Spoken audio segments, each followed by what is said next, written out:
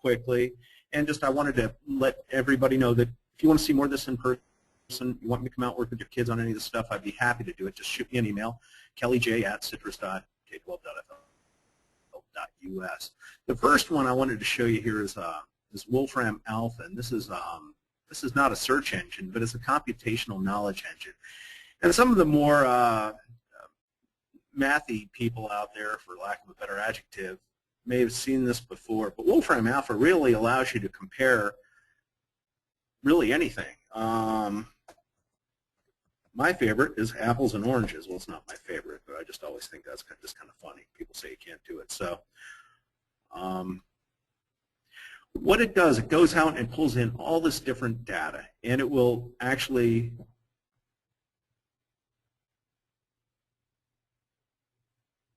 if you scroll down, I'm going to move this thing out of the way over here. This is in the way a bit.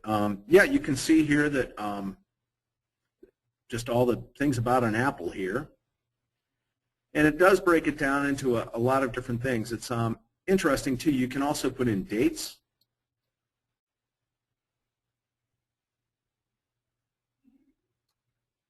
Let me have this here.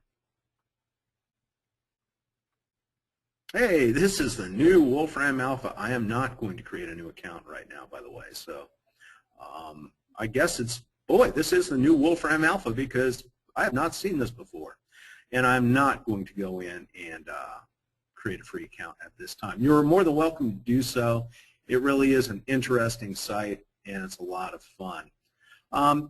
There's one called Bitly, and some of you may have heard this before. What Bitly does, it takes big, long web addresses and really kind of chops them down into manageable pieces. You can see down here, here are a few that I've used before.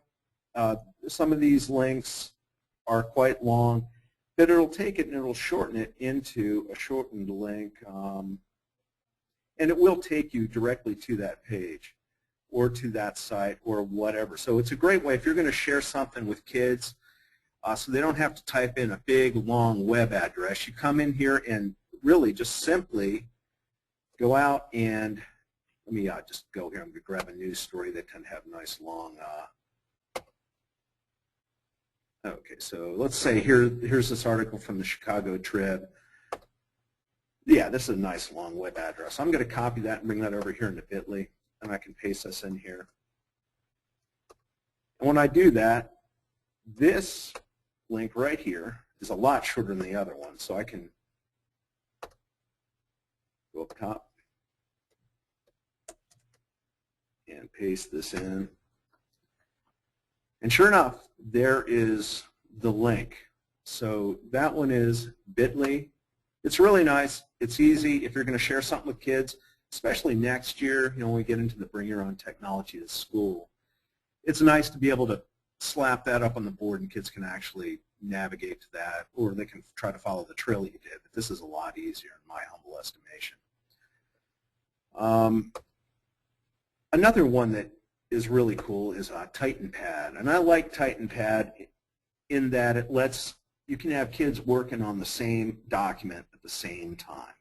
I'm going to do that really quickly here. And those of you can follow along here. This presents itself when you can share this pad.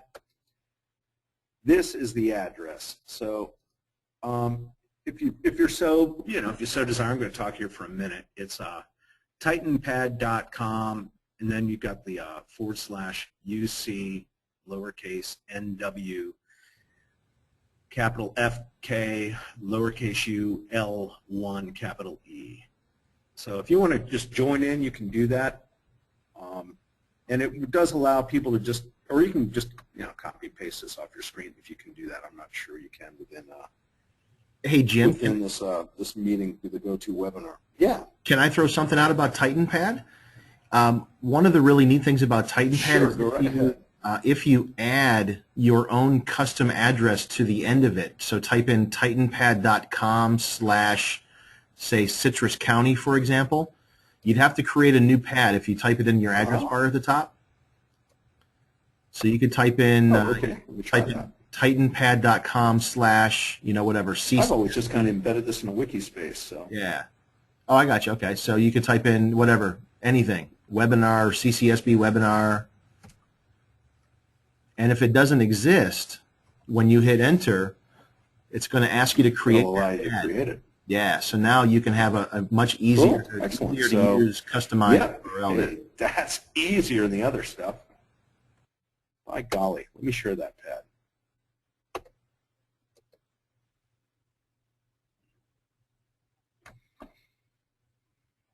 So really, anybody should be able to come in right now and just start typing. You can put your name in if you want. One thing that we've noticed, and I have used this with kids in the past, as they type on things, and a couple of them, you know, being middle school, of course, they wouldn't do anything like that. But if they happen to do anything nefarious or squirrely, it does have a slider, a time slider, that allows you to go back in and kind of revisit. So you can see up here with the time slider, if you click on it, you can drag it back. So you can actually kind of, you can see what they're up to, and you can keep them. I'm trying to move this thing out of the way here.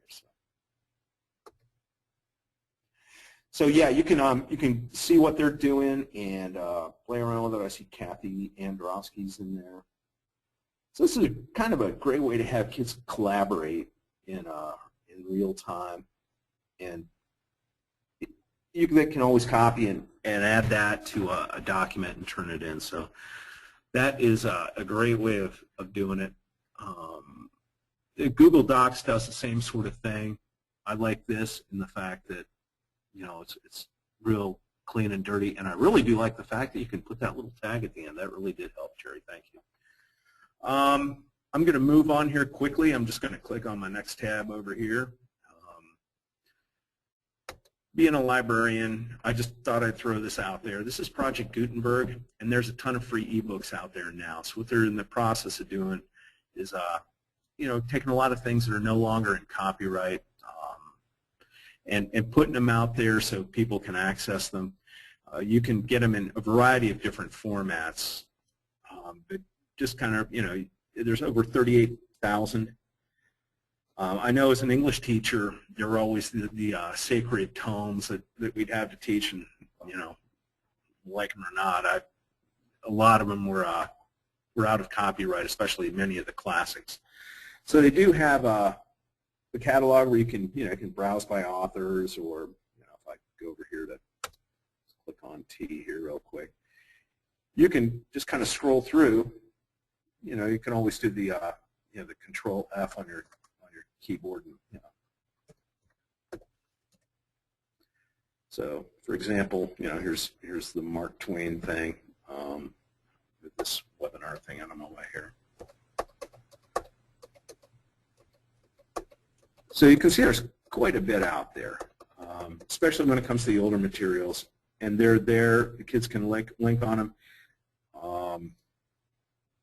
in a variety of formats. So it really is, it's awesome in terms of being able to get all this stuff out there and into the hands of kids.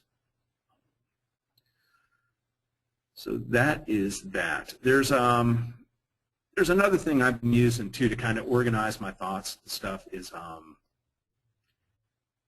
it's called Live Binders, and some of you may have seen it before. You create an account, and what you do is as you visit sites, it's got a little bookmarklet thing that sits up in your browser window. So if you find something that you want on the internet, so if let me just go.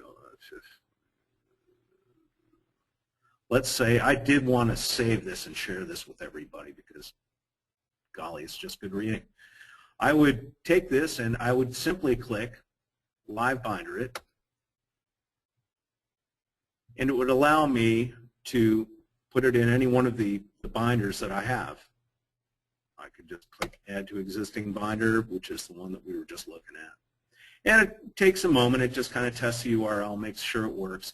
There's some that don't allow you to add it to there, but you can use them as an external link. So I can go back to my Live Binder, and then inside there you can see, here's the tab right over here. on the right-hand side. So that's there. And then it's just saved like, it's saved like a binder, really. I've got a whole bunch of binders on my shelves, and as I come across things on the internet, I add them to this. You can also save them in a variety of different ways. For example, this is the one that we're just looking at. If I wanted to put, like this up top here, I added this little note to it. If I wanted to add a note to this per se, I could just go to the Edit menu, and then under the text layout, I could pick something with the media off to the side, and then I can type my notes in here. There we go. And then when I'm done, I can hit save, and it will save my notes off to the side. So it's handy for kind of, if there's things that yeah, I needed to do this when I was here, that's a great way to add it. And you can always, it'll be there next time you go back in there and take a look at it. There's a lot of free live binders out there on the internet that you can actually grab and snag and use as your own, copy to your shelf. So those are my 5. Jerry?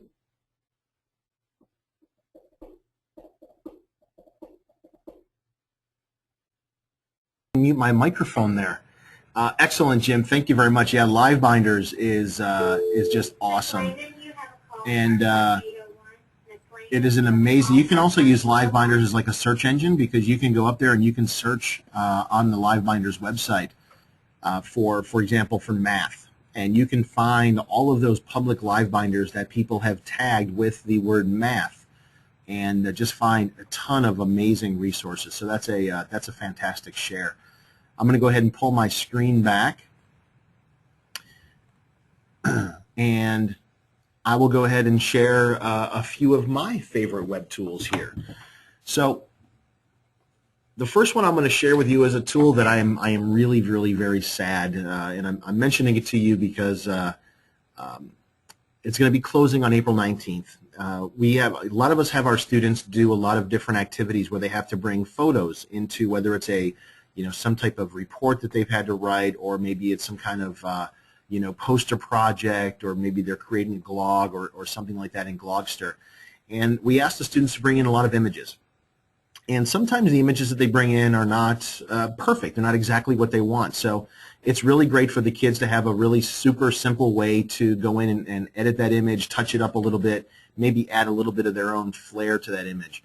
And this is a tool that I absolutely fell in love with over the last few years, and it's a tool called Picnic. They were just recently purchased by Google, and they're closing shop on April 19th. But the really nice thing about that is that they have made available all of their professional or all of their premium tools right now for free through April 19th. So this is one of their sample photos. You can see some of the things I can do here. I can come in and very quickly and easily add, if I wanted to take my image and turn it into a black and white image. With a single click of the mouse button here, I can turn my image into black and white. I can also do, let's say for example, maybe I want my image to look, maybe the project I'm doing in class is something based on, some other time in history, something in the 1960s. I can make that image look like a 1960s image, and I can increase the amount of fade I have on that image to kind of just give it an older feel. So there's a lot of really great things here in Picnic, again, but they are going away. Google purchased them. They became part of the Google Plus team. So if you're a member of Google Plus, I think that they're probably going to be integrating some type of editing features in Google Plus. Now, the really great thing about the web and these web tools is that when one of these really great tools goes away, or becomes a premium website where you have to pay for it, there's another tool that always pops up in its place. So this is an absolutely fantastic replacement for Picnic. So if you were going to ask your students to go in and do any kind of simple editing on their photos, send them to this website, and this is called iPiccy, IPICCY.com. 100% free. What it allows the students to do is upload their own image, or they can grab an image from somewhere online, and they can just paste the web address for that image right into their browser or into iPiccy. And once I'm in iPiccy here, I have this is a little dragonfly image here. Again, I can do all kinds of stuff in here. I can resize that image if I want to. If I scroll down here to the adjustments or to the color, again, I can make it a black and white image with a single click of a mouse. I can scroll down even further and add some different filters, and I can round the corners of my image. I can just kind of do some little tweaks on it to make it look a little bit better. If I click on the Effects tab, maybe I want to turn this photograph into a pencil drawing. By simply clicking my mouse on that one option there, I can change my photograph into a pencil drawing, and I can change some of the different settings here, like change the width of the pencil and so forth.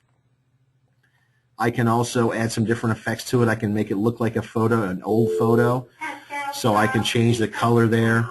I can also say, you know, how old do we want to make this photo? Do we want to make it just old or incredibly old? So if I select incredibly old here, you can see that it really fades out, and so I have a little bit of control over that as well.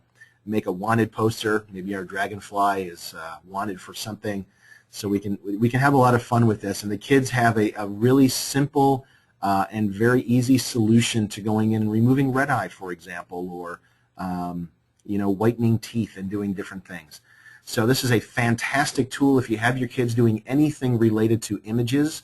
This is a really great free web-based tool that they can access from any computer in the world, and to be able to manipulate a little bit and then save their images. A lot of these tools would have cost us, you know, in things like Photoshop, hundreds and hundreds of dollars just a few years ago. Now available for free, which is so. Next tool I want to share with you, that was iPicky. The next tool I want to share with you is a tool called, let's go to this one. This is a tool called Animaps, and I love this tool for social studies, even for English teachers who are reading different literature pieces. What Animaps allows you to do is create these incredible informative animated maps. It uses Google Maps as your base, but then you can add to it. And I'm not going to get into actually creating one, but again, this is another free tool that the students and yourself would have access to be able to kind of do really interesting things with maps. You can see here in their example that they've brought in some images. I want to show you an example down here. This is one of their most viewed. This is an animated map of September 11th.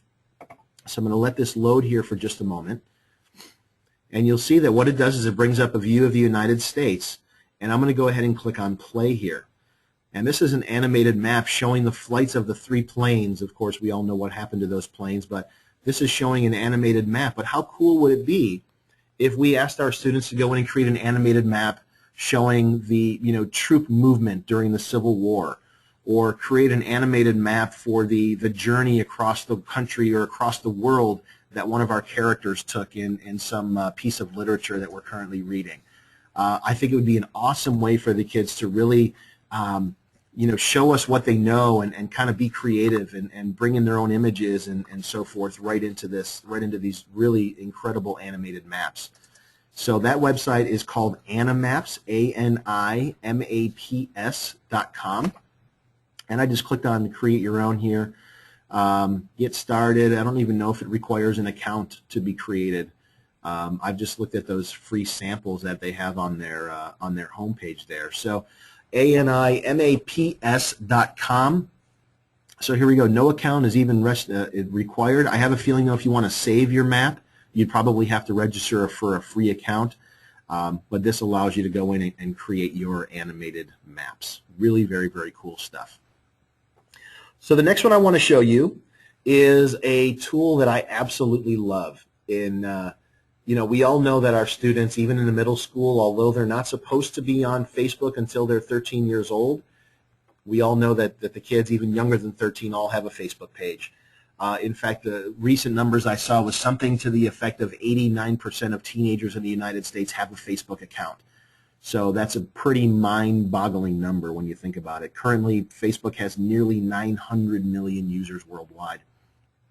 So I think it's really important for us to sort of, you know, kind of not necessarily speak in their terms, but give them some additional ways to be creative in ways that they are familiar.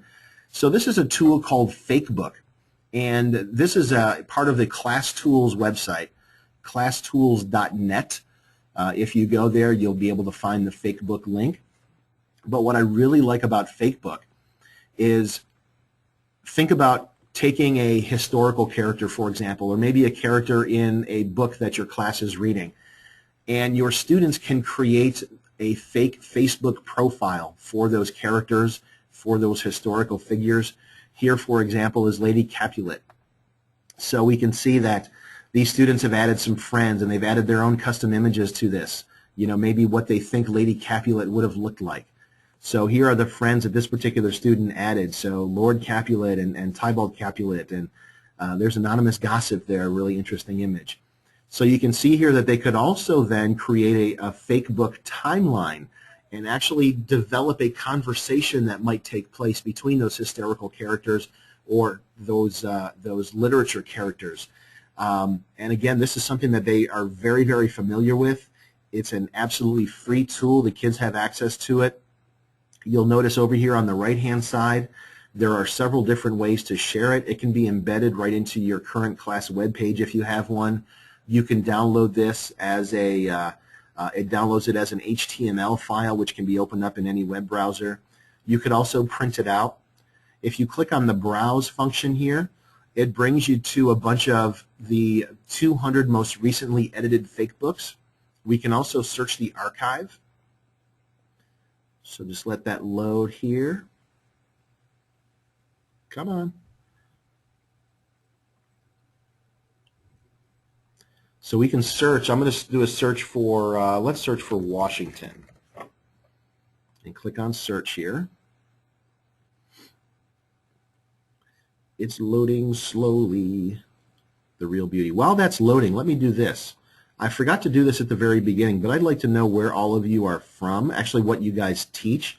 I'm going to throw a quick poll out here. And go ahead and answer this poll. And we'll let it stay open for just a moment. But I'd like to get an idea of what everybody teaches out there. We've got a lot of others.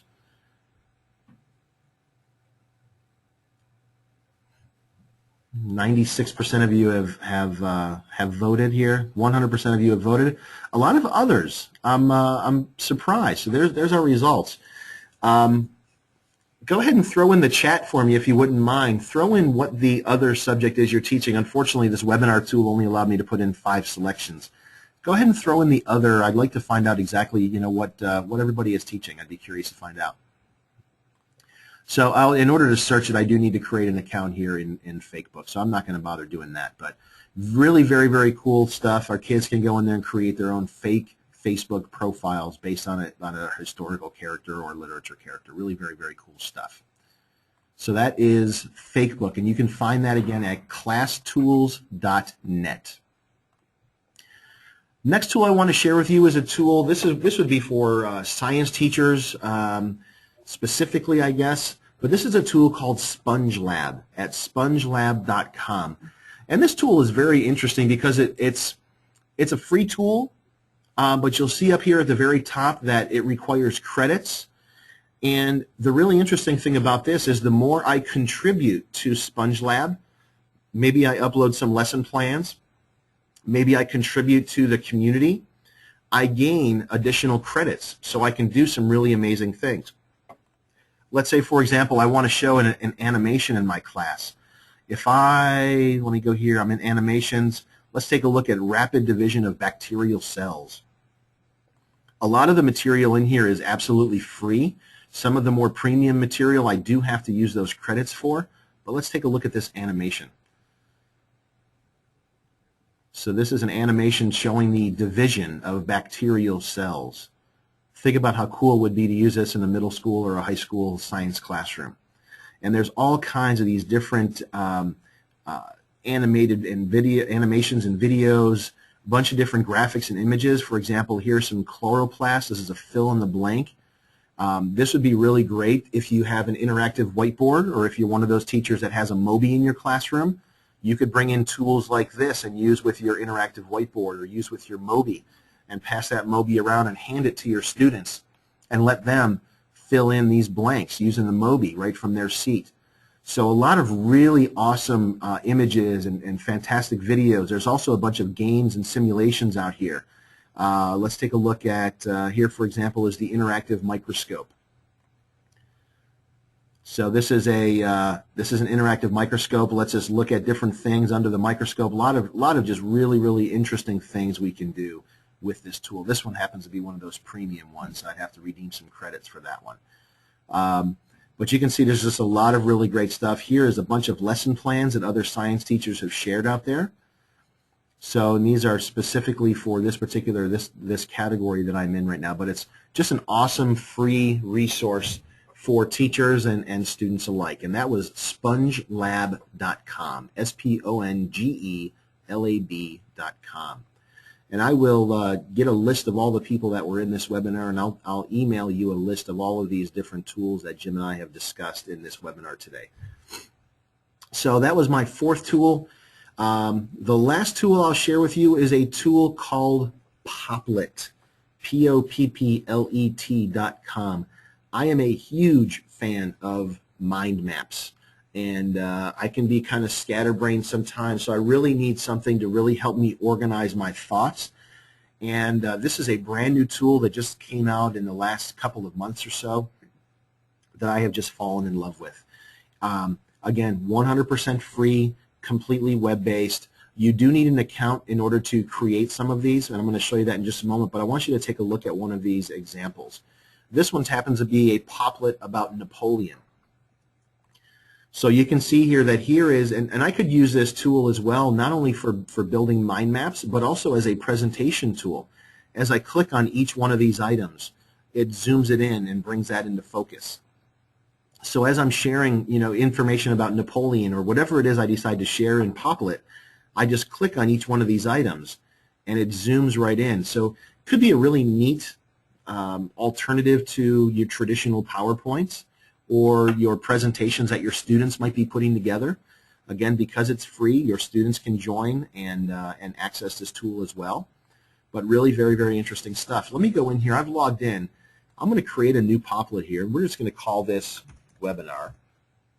And I'll select my color for my Popplet and click on Make It So. It takes just a moment here to load. At least it should. Oh, here we go. It's already loaded. I'm sorry. So to add a new Popplet, all I do is double-click on my screen. And I can then drag this around.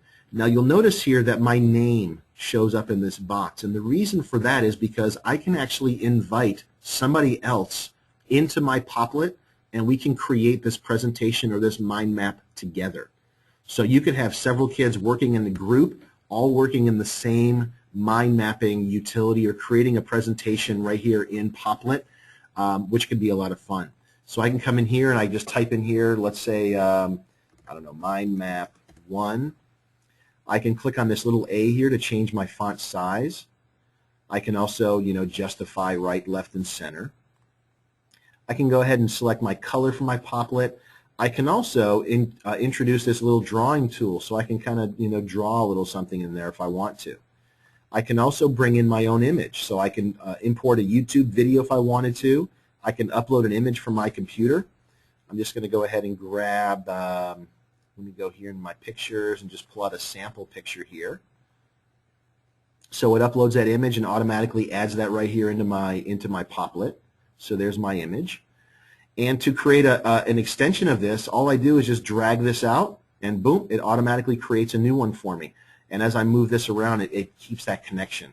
So I can just build right off of that and just have all kinds of fun and create really fantastic. This too would be a really great tool to use with an interactive whiteboard or even your Mobi. You just tap that pen down on your Mobi tablet. You can drag that around and rearrange and just be really creative with that. So those were all of our tools. I hope you enjoyed it. After the webinar is complete, about an hour or so afterwards, you will receive an email.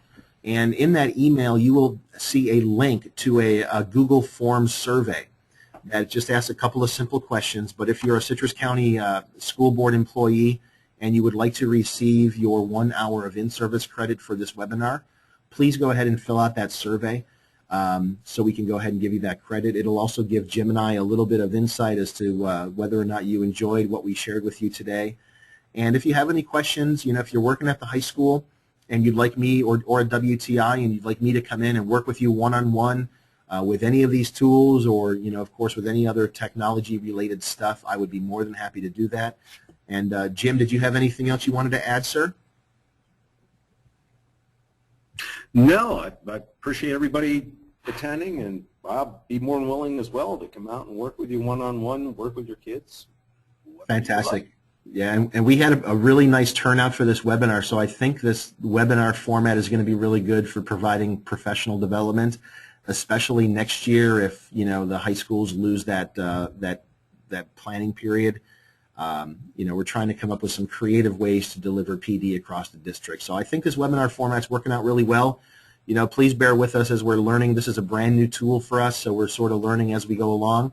This webinar was recorded, so as soon as the recording becomes available, I'll go ahead and email that out to everybody so you can come back and view it on your own time at your leisure. So again, thank you everybody for joining us, and please respond to that survey that you're going to receive in the email from GoToWebinar. And in order to receive that in-service credit, and we'll get you added into ERO as quickly as we possibly can. Have a fantastic evening, and if I don't see you tomorrow, guys, have a fantastic weekend, 3-day weekend, woohoo! And we'll see you guys later. Thank you very much. Thanks, Jim. Thank you.